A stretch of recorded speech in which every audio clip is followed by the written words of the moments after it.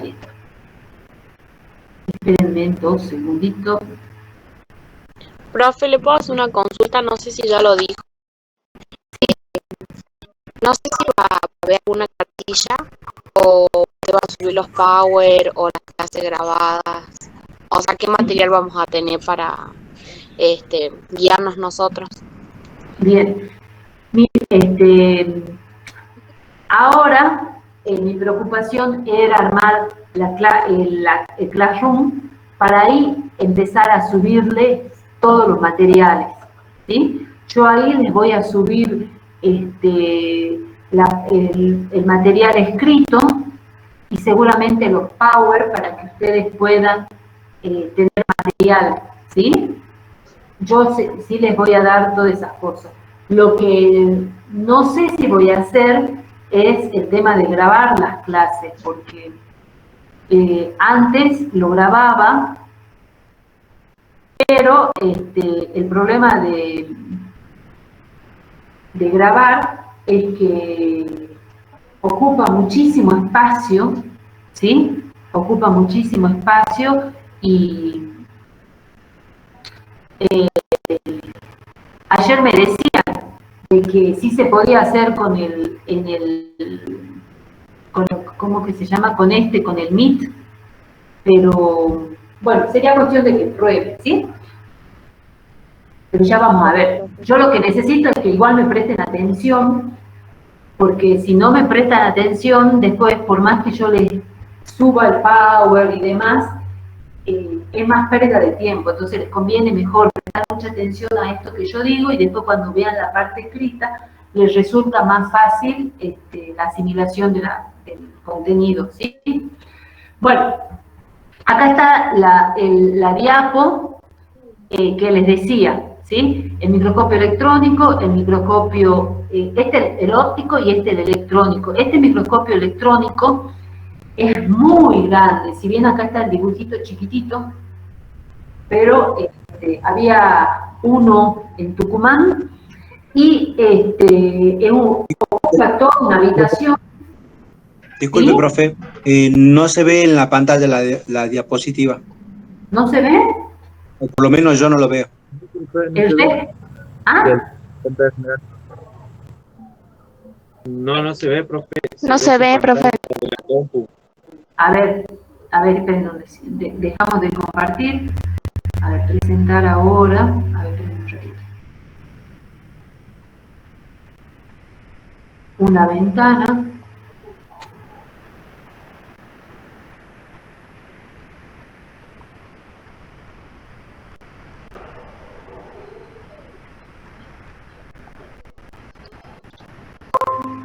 ¿Ahí pueden ver? Sí, profe. Perfecto. Ahí está la imagen, entonces, la diferencia entre los microscopios que se utilizan, ¿sí? Fíjense en qué complicado que es un microscopio electrónico. Profe, a mí no me aparece la imagen. No se ve, Profe, se ven sus archivos de la computadora, no la imagen. Ah, acá quedaron. A ver. ¿Y ahí no? No. No se ve. A ver, esperen un ratitito. Y ustedes saben que yo hago clic ahí y, a ver, esperen, lo que vamos a hacer es voy a cerrar, voy a abrir el otro Power, vamos a cerrar, a ver, esperen, ya sé que voy a abrimos cerramos este otro y ahora sí vamos a ver. Ahí Sí, profe, ahora sí se ve. ahí sí. Bueno, a ver, esperen un ratito, ahí lo ven, ¿no? Bueno, miren, la gran diferencia entre bacteria y virus está en este gráfico que yo les estoy mostrando, ¿sí? En el lado derecho está el virus. ¿Por qué está en negro y por qué tiene una línea continua? Yo he dibujado una línea continua para indicarles que no hay un intercambio de materia principalmente con el medio externo. Pero sí puede haber de algunas sustancias, ¿sí? De energía principalmente, pero no hay un intercambio activo como tienen las bacterias o nosotros, porque nosotros también somos, nuestras células, en un sistema abierto. En un sistema abierto hay un intercambio de materia y energía. Entra materia, sale materia, o energía también entra y sale energía. ¿Sí? En cambio, en un sistema cerrado, que son los virus, no. ¿Y por qué no ocurre eso con los virus? Porque los virus están constituidos básicamente por material genético que puede ser ADN o ARN, rodeado de proteínas que son la capside, ¿sí? Esto que yo le estoy indicando acá, esto que está marroncito, ¿sí? O sea, son, después ya vamos a ver cómo se llama eso, esas unidades proteicas. Y a su vez, algunos, no todos, pueden tener por fuera una membrana que generalmente es la membrana del huésped, ¿sí?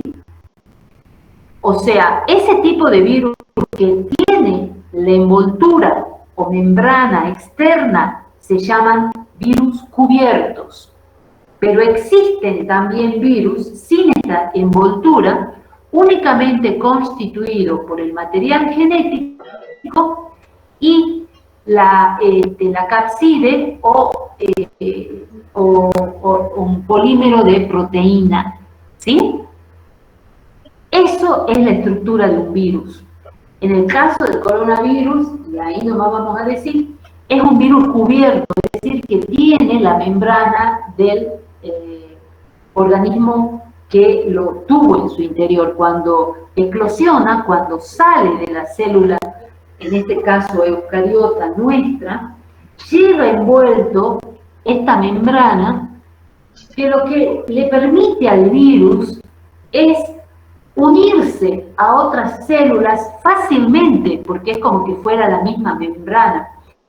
Por eso, una de las formas de combatir el coronavirus es lavándose las manos con agua y jabón, porque lo que hace el jabón es romper esta envoltura que es de naturaleza lipopolisacárida, es decir, constituida por lípidos y azúcares, y es fácilmente combatido si nosotros podemos romper esas membranas. Y por eso el jabón es lo mejor para destruir el coronavirus, ¿sí?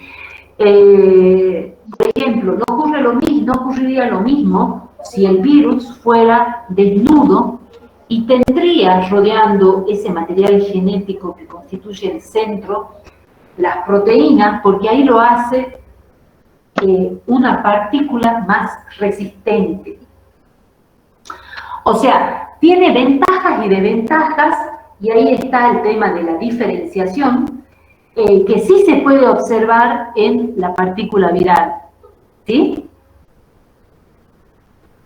En cambio, en los otros seres vivos, en los cuales recién Mariana me preguntaba, este es el flagelo.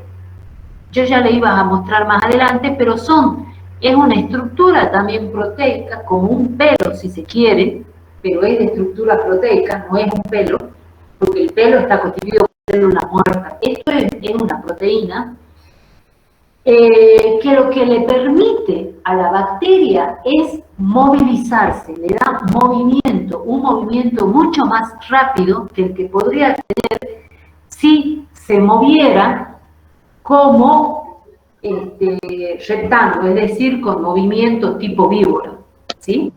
Que hay algunas especies que sí lo tienen. Bueno, entonces, ejemplos de sistema cerrado, el virus. Ejemplos de sistemas abiertos, las células procariotas y eucariotas.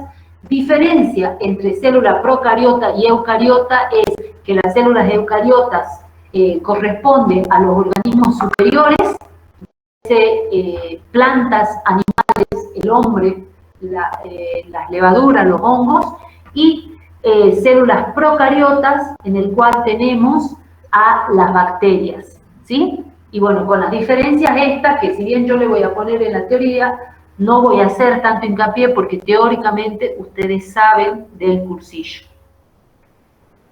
¿Está explicado hasta ahí, Mariana, esta duda que tenías de los flagelos y de la diferenciación? Sí, profe, muchas gracias. No, de nada. Bueno, voy a ponerle otro para que no se distraigan, porque había ciertas características y quedamos en la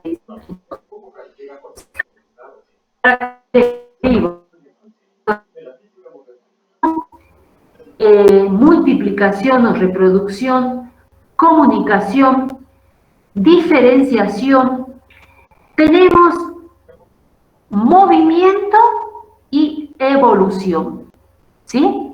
O sea, se pueden mover y también evolucionan. Esta evolución es la que yo recién les mencioné, cómo se cree que surgieron los organismos superiores, ¿sí? Eso es evolución, es ir adquiriendo características que luego se transmiten a la progenie, es decir, a los hijos, que le posibilitan y queda ya incorporada a toda la progenie como una característica que le da una ventaja evolutiva, ¿sí?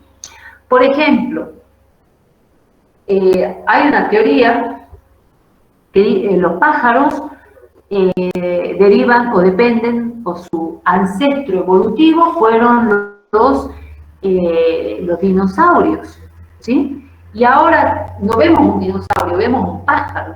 Y bueno, se dice que los pájaros provienen, su árbol filogenético, o sea, de dónde provienen, es de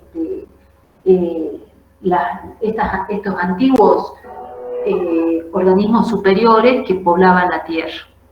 ¿Sí? Bueno, quedó bien claro entonces cuáles son las 6 características de los organismos vivos, ¿no? Y fíjense, ¿qué no tiene esas características el virus? La replicación o multiplicación sí la tiene. El movimiento no lo tiene.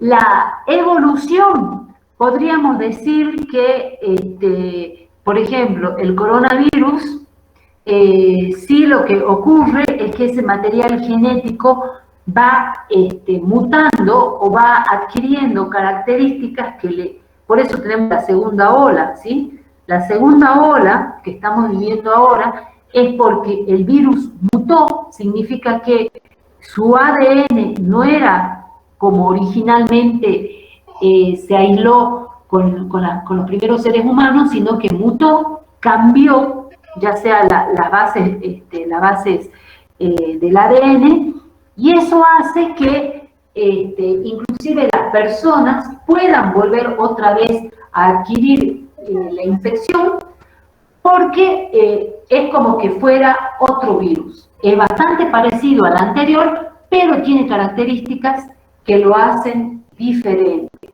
¿sí? Por eso se habla de la cepa de Manaus, se habla de otras cepas que en este momento están circulando y que, bueno, se trata de evitar el contagio con eso, ¿sí? Lo que hace la vacuna justamente es estimular el sistema inmunológico para que reconozca este tipo de virus y entonces así evitar el daño, ¿sí?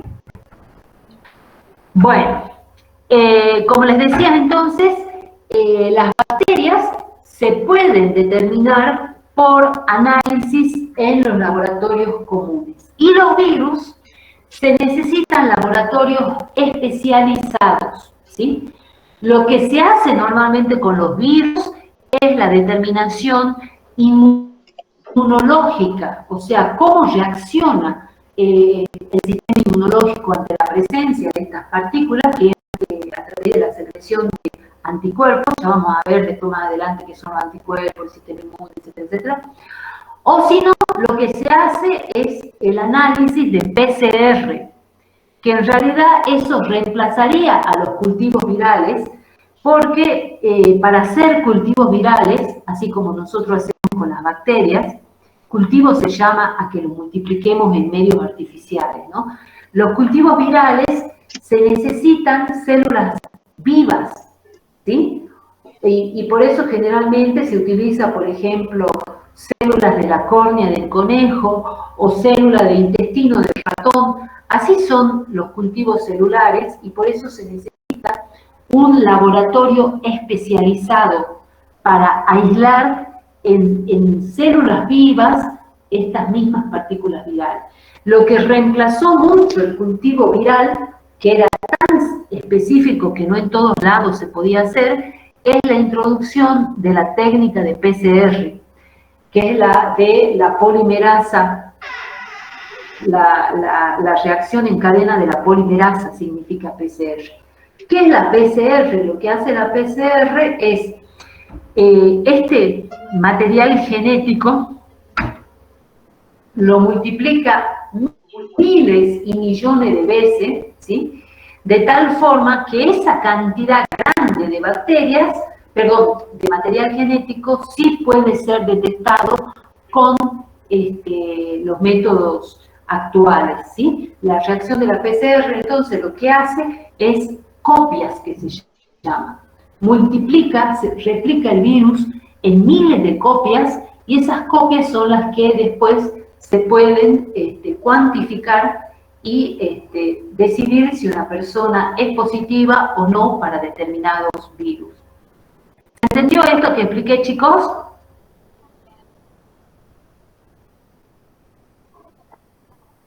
Sí, profe.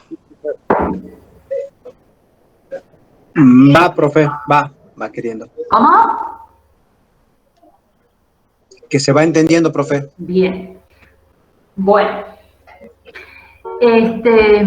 Ahora, un concepto que es importante que ustedes tengan es que si bien, como ustedes podrán suponer, existen millones de células y todavía mucho más de virus, ¿sí? Cuanto más pequeño es el microorganismo, más cantidad hay. Y eso hace que las bacterias estén en todos lados.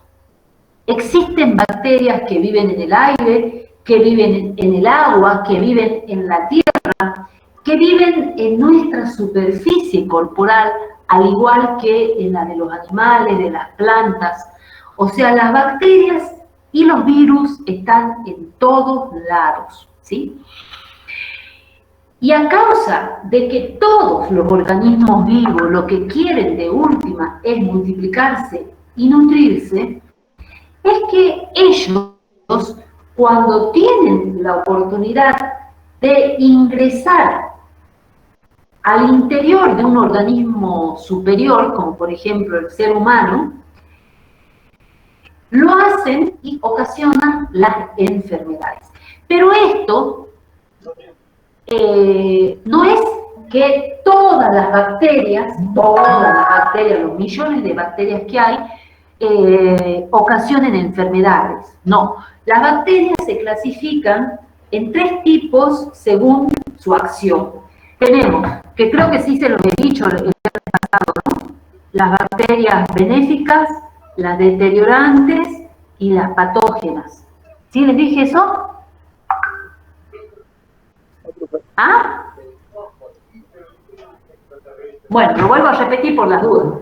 Cualquier cosa, si yo les digo, díganme, ya lo he dicho, profe, ¿no? Porque como yo en varios lados dicto las materias, no, por ahí creo que le digo a usted y no se lo he dicho a ustedes, se lo he dicho a otros.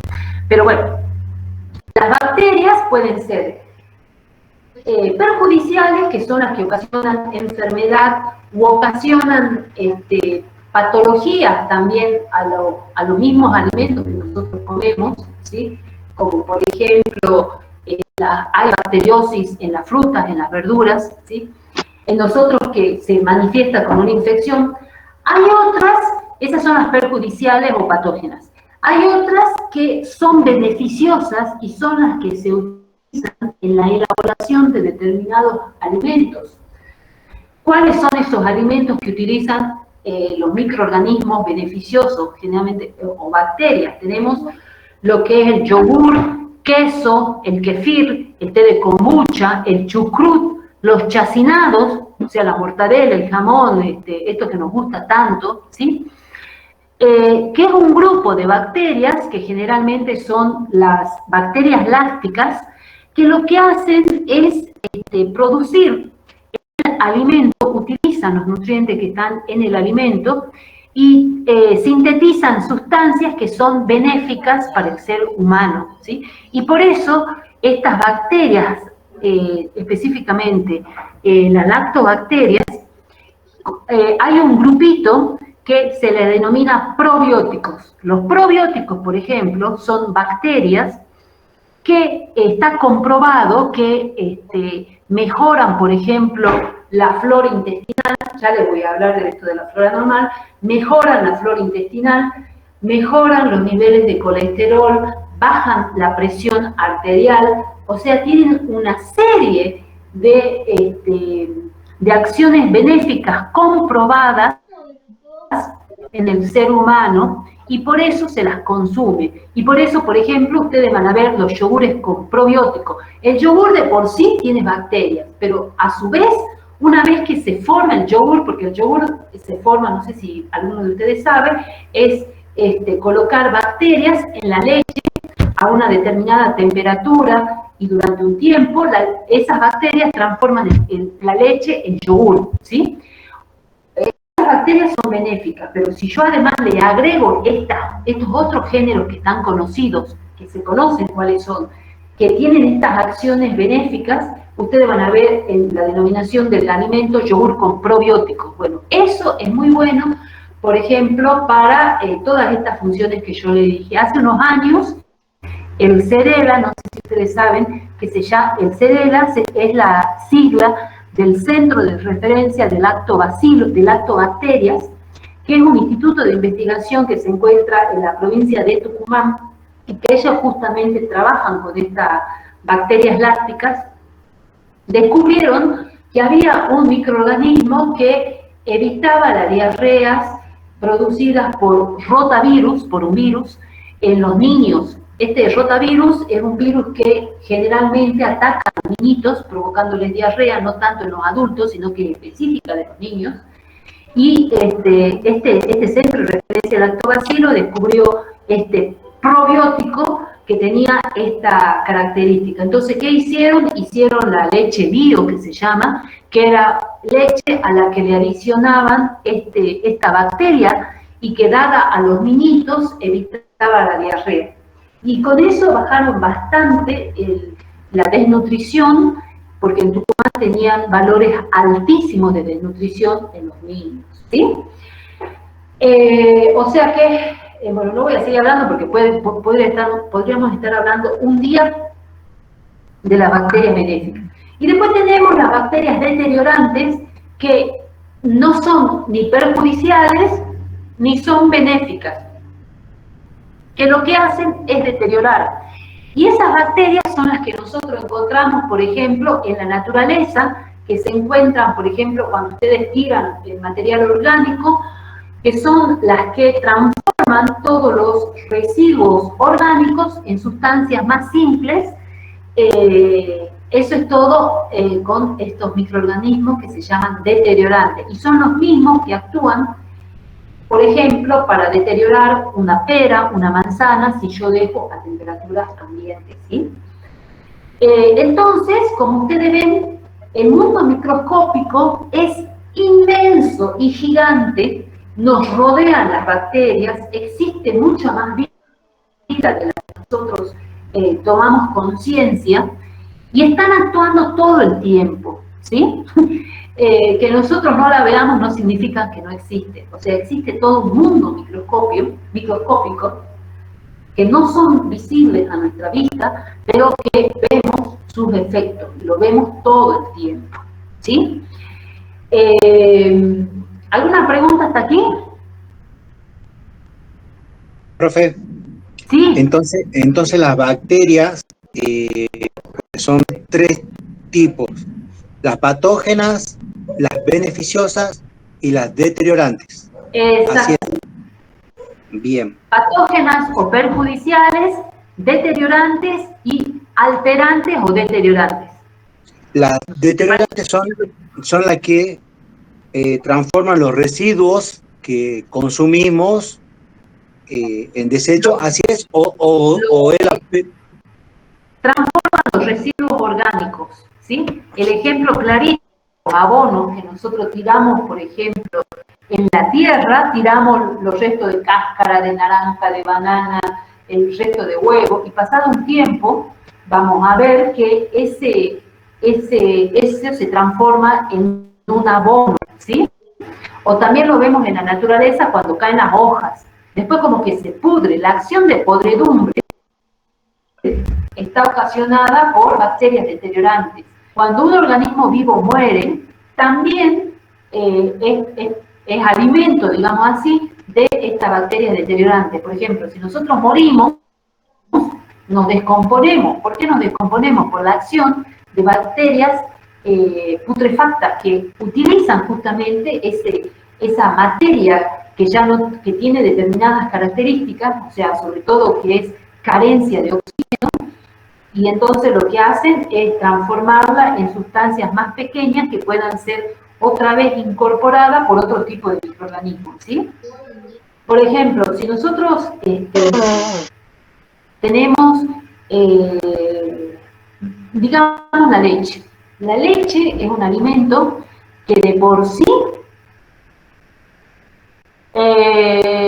Cami, bueno, no sé, has puesto que se te había congelado la pantalla, lo que pasa es que yo me he puesto a hablar y no pasé más la diapo, ¿no? Así que capaz que por eso no veías.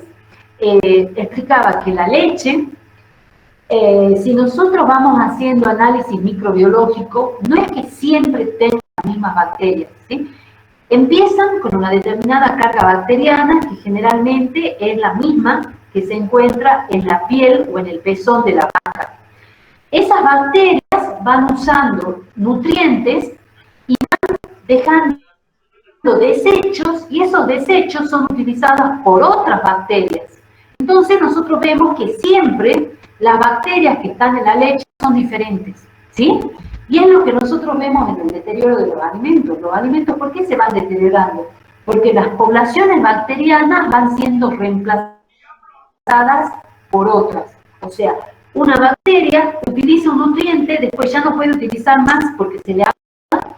Entonces, estos desechos que ellos generan es utilizado por otro grupo bacteriano que aparece, y así es como que se van reemplazando las bacterias en los alimentos, ¿sí? Es muy interesante el tema de las bacterias, y es un mundo que se descubrió con la invención de los microscopios, porque antes no se sabía. Las enfermedades, y ahora después vamos a ver, las enfermedades se pensaba antes que era por los malos aires, decían. Entonces, ¿por qué se enfermaba una persona? Porque los aires eran malos, y entonces, ¿qué era lo que hacían? Las ventilaban, le hacían la sangría, es decir, con las sanguijuelas, ¿saben lo que son las sanguijuelas, no? Bueno, utilizaban las sanguijuelas, lo ponían en contacto con la piel de la persona, y lo que hacía la sanguijuela era chupar sangre. Y bueno, no sé, capaz que le sirvió para alguna de las enfermedades, pero eso no le estoy hablando de mucho tiempo atrás, estamos hablando de 1700, principios de 1800, que eran las técnicas que se conocían. Desde el descubrimiento del microscopio, del descubrimiento de las bacterias, recién ahí el ser humano puede combatir las enfermedades, ¿sí? Porque antes, por ejemplo, el tema de los virus, si había un virus así como el que teníamos ahora, exterminaba la población, y era porque no existían los conocimientos, ¿sí? Fue clave en el tema de la salud humana el descubrimiento de los agentes biológicos de las enfermedades y también de los antibióticos. Es más, el tema de la presencia de las bacterias, antes se pensaba, se descubrió el microscopio, se empezaron a ver las bacterias, ¿sí? Pero existía la teoría de la generación espontánea, es decir, que decían estos microorganismos aparecen de forma espontánea en las personas, en las frutas, en todo. Pasteur es el que tira a tierra esta teoría porque a él lo contratan de una fábrica de vinos para que demuestre por qué se enranciaba el vino, porque había vinos que haciéndolos todo de igual forma terminaban siendo agrios, ¿sí? Y ese ya les voy a contar la semana que viene cuál fue el experimento que él hizo y en el cual demostró que las bacterias eran los agentes etiológicos y que si yo de alguna forma puedo aislar la bacteria que está ocasionándome una enfermedad a mí y la inoculo en otra persona, esa otra persona puede desarrollar la enfermedad. Algo que es tan lógico es lo que se denomina la teoría de Koch, que se usa y se sigue usando indirectamente para relacionar agente etiológico con enfermedad. ¿Sí? Bueno, se me acabó el vaso con agua. No sé si me quieren hacer algunas preguntas. Espero que hayan tomado apunte de esto que yo dije. Acuérdense que el otro viernes, antes de empezar, vamos a empezar con un pequeño cuestionario que de esto que yo hablé, ¿sí? Para ver si les quedó bien claro los conceptos. ¿Quieren hacerme alguna pregunta, chicos? No, profe, todavía no. Se entendió. Bien, entonces, repasando, diferenciación es, por ejemplo, la aparición de los flagelos y o de las esporas, ¿sí? No sé si quieren dos cosas. Número uno, que hagamos un pequeño recreíto de 10 minutitos, así yo me voy a traer agua, que continuemos más. A mí me gustaría, y bueno, todo depende de qué tan cansados ustedes estén, que veamos otra gran diferenciación, pero ya dentro de las bacterias, o esa clase la dejamos para la que viene. ¿Cómo quieren que continuemos? Todo depende de ustedes.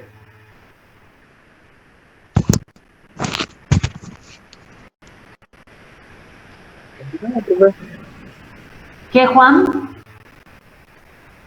Que continuemos. ¿Cómo? ¿Te escuchas? Que continuemos. Ah, bien. Bueno.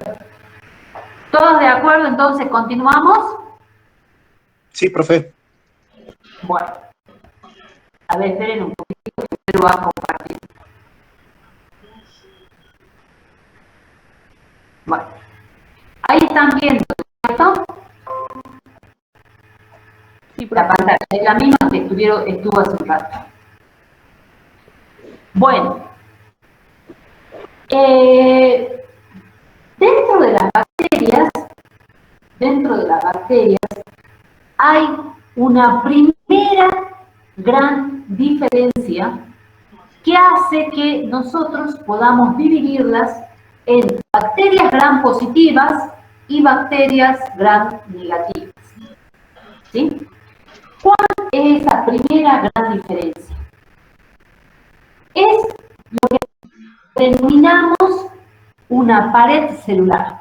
Una pared celular es una estructura que se encuentra por fuera de la bacteria y que actúa como si fuera un esqueleto, ¿sí? Porque le da cierta rigidez a la bacteria, porque imagínense que una bacteria es como una gelatina, si se quiere.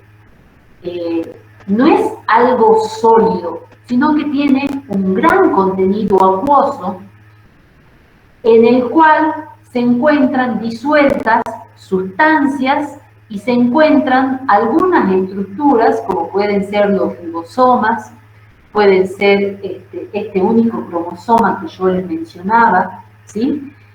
Y otras estructuras, por ejemplo, los plásmidos, ¿sí? Entonces, esta pared celular que está por fuera de la membrana plasmática, le hace de soporte y a su vez también impide que esta estructura resista más los medios hipotónicos e hipertónicos. ¿Qué son medios hipotónicos o hipertónicos? Un medio hipotónico sería, por ejemplo, un medio en donde hay pocas sustancias químicas. Entonces, ¿qué es lo que ocurre? Si no estaría esta pared celular y esta membrana sobre todo, o mejor dicho, la membrana no lo impide, si no estuviera la pared celular esta que yo les estoy comentando, estas sustancias pasarían libremente de un lado a otro. ¿De dónde pasan? Del lugar donde hay mayor concentración al de menor concentración. O sea, pasarían desde el interior de la célula, que tiene mucha sustancia, hacia el medio externo, que puede ser, por ejemplo, agua pura, y entonces, ¿qué ocurriría? La bacteria se deshidrataría, ¿sí? O mejor dicho, se elimina el agua, perdón, no, estoy diciendo macana, entra el agua, porque acá está como más concentrado la sustancia que afuera, entra el agua y explotaría. Entonces, esa presencia de la membrana y de la pared celular lo que hace es mantener la homeostasis del organismo vivo. Es necesario que exista, porque si no existirían estas estructuras, no podría existir la vida, por esto que yo les explico, ¿sí? Naturalmente son fenómenos físicos, esto que yo les estoy comentando, del pasaje de agua de un lugar a otro. Eso mismo también ocurre, así como yo pongo, por ejemplo, ¿qué podría ser? Una membrana con pinchaduras que yo le hago con una aguja. Yo veo que hay pasajes, si lo meto a una solución con sal o con azúcar, veo que hay pasajes de líquido de un lado a otro. También ocurre en estos organismos vivos y por eso la importancia de la existencia de la pared celular. La pared celular entonces le da rigidez, le da estructura y le da contención. Y como les decía, es la primera gran diferencia para que nosotros digamos son bacterias gram positivas y gram negativas. ¿Cuál es la diferencia de pared que tiene cada una de estas? Es la siguiente. Que una bacteria gram positiva está constituida por esto que está en azul, que es la membrana citoplasmática. La pared celular se encuentra por fuera y es una pared ancha constituida por 80% de peptidoglicano. ¿Qué es el peptidoglicano? Es una especie de un azúcar complejo, ¿sí? Que esta característica hace que a la tinción, o sea, para poder verlo en microscopio, yo pueda diferenciar estas diferentes estructuras que tiene la bacteria, ¿sí? Esta, por ejemplo, es una fotografía electrónica. Nosotros esto con el óptico no lo vemos, ¿sí? Y en el cual podemos ver esto que está remarcado, la membrana plasmática o citoplasmática, y esto que está por afuera es el peptidoglicano o pared celular. ¿Se entendió cómo está constituida la bacteria gram positiva? ¿Chicos? Sí, profe. Bien. Sí, profe. Bien, muy bien. No ocurre lo mismo en las bacterias gram negativas. En las bacterias gram negativas, fíjense, tiene la membrana citoplasmática, que es de azul, pero la pared celular es muy delgadita. Fíjense, acá está. Es este hilito que está en marrón. La pared celular es muy finita y a su vez está rodeada por una membrana que se denomina externa y que es de naturaleza de lipopolisacárido, ¿sí? O sea, es totalmente diferente a una bacteria gram positiva. El espacio que existe entre esta membrana externa se denomina espacio plano y es en donde se encuentra disuelto algunas sustancias químicas de importancia, ¿sí? Esta membrana externa o de lipopolisacárido hace que algunas bacterias gram negativas sean patógenas. ¿Por qué? Porque esta membrana externa actúa como un antígeno, es decir, estimula la reacción del sistema inmunológico, ¿sí?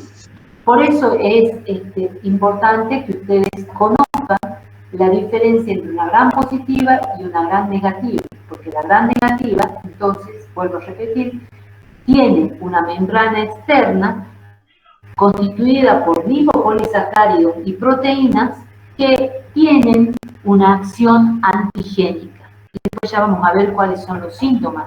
Entonces, cuando a mí me infecta una bacteria gram negativa. Bueno, esta característica de diferenciación en las bacterias de gram positivas y gram negativas permite que en el laboratorio, yo utilizando una técnica de coloración como la técnica de la coloración de gram, yo pueda decir que estoy frente a una bacteria gram positiva o una bacteria gram negativa. Miren, estas imágenes están viendo donde yo pongo el cursor, así se ve en el microscopio óptico las bacterias, ¿sí? Se pueden ver en distintas formas que ya vamos a ver, pero son como puntitos o trazos muy pequeñitos en forma de bastones, es así como se las ve. Para que ustedes vean que aún usando el microscopio óptico, no vemos las estructuras que están dentro de la bacteria, ¿sí? Y bueno, y le cuento rápidamente en qué consiste esta coloración de gram. Se utiliza 2 colorantes y un mordiente.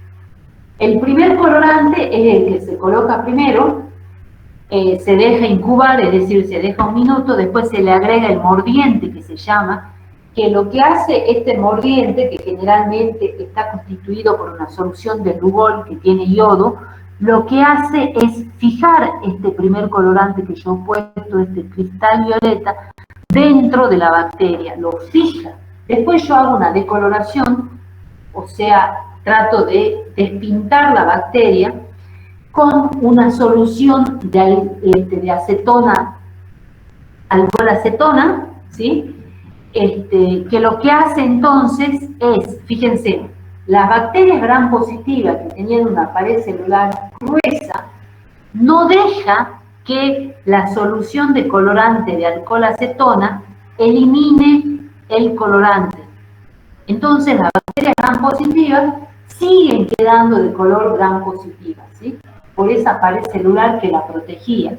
En cambio, en las bacterias gram negativas, ¿sí?, la pared celular es tan finita que deja que penetre esta solución de colorante y saque ese complejo que tenía dentro la bacteria de colorante y mordiente y quede transparente.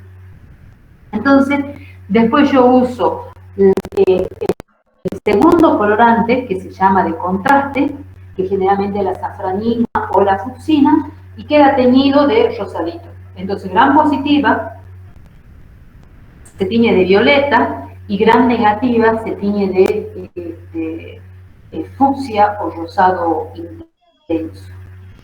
¿Sí? ¿Se entendió la coloración de gram, chicos? Sí, profe. Profe. Sí, profe. Perfecto. Entonces, a su vez, nosotros para el estudio en microbiología, no solamente hacemos la coloración de Gram, que nos permite la primera gran diferenciación entre las bacterias, sino también que esta coloración de Gram nos permite ver en el microscopio la forma de las bacterias. Y la forma de las bacterias pueden ser bacilar, o sea, en forma de bastones, o puede ser en forma de coco, o también en forma esférica, ¿sí? Los cocos, entonces, son formas redondas, mientras que los bacilos, como su nombre lo indica, es en forma de bastón. Entonces tenemos los bacilos gram positivos, los cocos gram positivos, los bacilos gram negativos y los cocos gram negativos. ¿Sí? Y acá tenemos ejemplos de cada uno de ellos. Ven que esto está rosadito. Bacilo gram negativo, coco gram negativo, coco gram positivo, bacilo gram positivo. ¿Sí? Bueno. Y entonces yo les decía que las formas que tienen la mayoría de las bacterias es en forma de coco o en forma de bacterias, ¿sí? Y y también existen otras formas que son menos frecuentes, que son la de espiroquetas o la de espirilo, dice ahí, pero bueno, lo correcto sería espiroquetas, de vibrios, que son como en forma de cona, ¿sí? Y los cocos se pueden agrupar, o sea, unir, y eso ya depende del tipo bacteriano. Puede formar diplococos, pueden formar cadenitas, pueden formar una agrupación de ellas, y entonces estamos frente a los estafilococos, ¿sí? Pueden unirse en un solo plano en forma de tetradas o en forma también bidimensional a través de las sarcinas, ¿sí? Y también de acuerdo a su disposición, es decir, no solamente cómo están agrupadas, sino cómo se ponen una al lado de la otra, tenemos empalizada o con letras chinas, y también tenemos especies de bacterias que forman cocobacilo, es decir, las dos cosas, ¿sí? O en forma de cono de ceja, que son los vibrios. Vibrio cólera, por ejemplo, tiene esta forma, ¿sí? Esos son los tipos bacterianos. Esta foto es para mostrarles cómo en el laboratorio vemos el crecimiento bacteriano. Este es un cultivo mixto. ¿Qué significa un cultivo mixto? Que acá desarrollan muchos tipos diferentes de bacterias. Pero fíjense que cada uno de estos puntitos que yo veo en la caja de Petri, esto se llama caja de Petri, esto rojo es el medio de cultivo. Yo, para identificar la presencia de bacterias, lo que hago es cultivar, así como si yo tengo una semilla y quiero saber de qué planta es, tengo que sembrarla en la tierra y esperar a que crezcan. Bueno, lo mismo pasa con las bacterias. Se cultivan en medios de cultivo, que esto es muy de laboratorio, en el cual se siembra y según cómo sea el material, en este caso era un material puede ser de un material paciente normal o de un paciente enfermo, ¿no? Ya vamos a ver qué características son las que por ahí nos tienen que llamar la atención de esto, pero es mixto, es decir, son varias bacterias que están acá. Ustedes tienen que saber que cada una de estas colonias aisladas que yo puedo ver con mis ojos físicos, es que una bacteria se multiplicó en millones. Entonces, esa multiplicación o ese millón de bacterias que existen es lo que yo puedo ver a través de este puntito. ¿Se entiende? O sea, estos puntitos son los que yo obtengo en el laboratorio y que después tengo que identificar de acuerdo a determinadas características fenotípicas de la bacteria, o sea, características que son visibles. ¿Sí? Entonces, todo lo que es microbiología se pone de manifiesto y es la regla GOL que se dice, GOL estándar, o la máxima, aislando la bacteria en los medios de cultivo apropiados. En estos medios de cultivo, por ejemplo, no podrían crecer los virus. ¿Por qué? Porque no hay células vivas. Si bien este agar se llama agar sangre, fue colocado al 5% agar humana o de ovina, en el laboratorio, cuando yo tenía mi laboratorio, nos sacábamos sangre entre la otra bioquímica y yo para poder hacer estos medios de cultivo, ¿sí? Entonces, si yo pongo la muestra que tomo, por ejemplo, un esputo, lo siembro en este medio de cultivo, lo coloco en la estufa, que es incubar, y depende qué es lo que estoy buscando, lo dejo en microaerofilia, es decir, con ambiente disminuido de oxígeno, o también en presencia del oxígeno común, depende, así como hay distintas formas, también hay distintas preferencias por los nutrientes que rodean, ¿sí? Y al incubar, las bacterias, las más rápidas, se reproducen cada 15 minutos, ¿sí? O sea que de una bacteria que se multiplica, yo voy a obtener 2. De esas 2, yo voy a obtener 4. De las 4, 8, y así exponencialmente, hasta que es tanto que se manifiesta en la forma de estas colonias, que es como yo veo en el laboratorio, ¿sí? Por ejemplo, esta es una imagen de más cerca de cómo se ven las colonias. Entonces, que les quede claro que no es que esto es una bacteria. Esto es una bacteria que se reprodujo, se replicó tanto que puede armar lo que se llama la colonia. ¿Se entendió, chicos? Ahora, para yo estudiar necesito que estas colonias no estén así en matete, por más que aparentemente sean lo mismo. Yo necesito estudiar en forma privada cada bacteria por su cuenta. ¿Se entendió esto, chicos? Sí, profe. Bien. Y esto es una foto de lo que yo les mencionaba, que eran las esporas. Estas, entonces, fíjense, lo que está en negrito son las células vegetativas, es decir, las células que se multiplican. Fíjense, esto está sola. Acá puede haber sido que originalmente había una y después se multiplicó y aparecen las 2 bacterias, ¿ven? O sea, que acá podemos tener, si se quiere, hijas de la bacteria original. Y las esporas son estos blanquitos, ¿sí? Que, acuérdense, son formas de diseminación y resistencia que tienen las bacterias, ¿sí? Bueno, esta es la espora, y que muestra cómo en el microscopio óptico se ve, pero fíjense en que tiene la molécula de ADN, tiene los ribosomas y no tiene nada de citoplasma, porque automáticamente la bacteria, bueno, no tan rápido, pero se toman su tiempo, se transforman pierden el citoplasma. Fíjense que prácticamente acá no tiene nada de citoplasma, es porque todo eso se perdió y queda la pared celular pegado al material genético, y a su vez eso se recubre de lo que se llama la cutícula, ¿sí? Este es la foto a través del microscopio electrónico de la espora.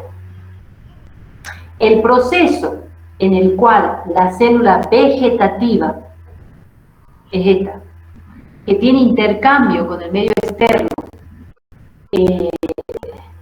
se multiplica, se denomina ciclo vegetativo. Y acá en el ciclo vegetativo tenemos esta etapa 0, 1, que no sé si ustedes han visto en biología, en el cual de una célula se producen dos.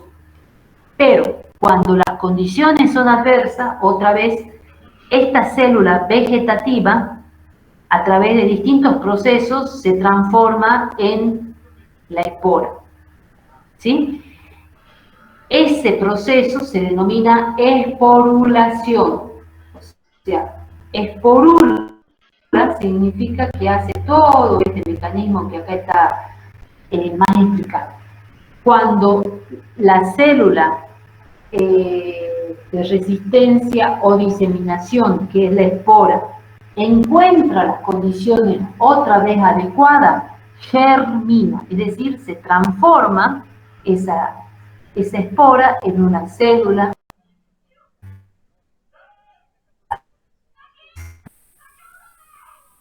¿Sí? Bueno, y dejamos ahí y después en todo caso hablamos un poquito, o bueno, terminemos ya que estamos esto, ya terminemos, porque si no, hagamos un esfuercito más y terminemos. Bueno, estos, los flagelos, fíjense, estas son esta de acá de la izquierda es una fotografía de cómo pueden estar distribuidos los flagelos con respecto al cuerpo de las bacterias, y lo que les permite es que se puedan mover mucho más rápido. Y fíjense en que la evolución determinó que algunas bacterias tengan otros un penacho de un solo lado, otras de los dos polos, otras un penacho de cada polo, y hay otras que rodean completamente el cuerpo de la bacteria. ¿Sí? Estas que tienen, digamos así, en dos lugares los flagelos, esa estructura lo que le permite es que se puedan girar sobre sí, ¿sí? Y saltar, o sea, moverse un poco más rápido que las que tienen un solo flagelo a distintos lados. Esto sería como los helicópteros, digamos, visto que los helicópteros tienen movimiento mucho más rápido que los aviones. Bueno, lo mismo con la cantidad de flagelos que tiene la bacteria. ¿Qué es un plásmido? Las bacterias, ¿se acuerdan que yo les dije que tienen una molécula de ADN? ¿Sí? Sin embargo, existen los plásmidos. ¿Qué son los plásmidos? Son moléculas de ADN extracromosómicos, es decir, es un ADN que no es de la bacteria, sino que otra bacteria se la pasó, ¿sí? Entonces, son moléculas de ADN extracromosómicos. La presencia de estos plásmidos, es decir, de estas estructuras que le pasó otra bacteria, o que a veces naturalmente la puede tener la bacteria, lo que le permite, por ejemplo, es que sean resistentes a los antibióticos, ¿sí? La presencia de plásmido está muy relacionado a la resistencia a los antibióticos. Hay muchos mecanismos por los cuales nos hacemos resistentes, pero una de ellas puede ser debido a la presencia de plásmidos que pasan de una especie a otra bacteriana. Bueno, acá están las fotografías a través del microscopio electrónico. Y estos plásmidos se transmiten a través de estructuras que se denominan pili, que lo que permiten es el intercambio genético entre las bacterias, ¿sí? Es como un tubito, ese pili, este que está mostrando acá, pili, que lo que hace es justamente permitir que de una bacteria a otra se transmita ADN extracromosómico. ¿Sí? Bueno. Ay, chicos, me agoté. ¿Alguna preguntita de todo esto? Profe, Sí. usted dijo que están las bacterias gram positiva y gram negativa, ¿sí? Sí. Bien. La gram positiva sería la que tiene una membrana, una pared celular con rigidez, estructura dura. Las dos, la gram positiva y la gram negativa, tienen pared celular. La Sí. diferencia es que la bacteria gram positiva, su pared celular es más ancha y está constituida con un 80% de peptidoglicano. En cambio, la gram negativa, su pared celular es muy delgadita y a su vez están rodeadas por esta membrana externa, ¿sí? Eso hace que en la coloración de Gram, yo conociendo estas características, utilizo estas tinciones que yo les mencioné, ¿sí? La bacteria Gram positiva siempre se ven violetas, en cambio la bacteria Gram negativa se la ve fucsia o rosado fuerte. ¿Quedó clarito? Sí. Sí, profe. Eso sí. Bien. ¿Alguna otra pregunta, chicos?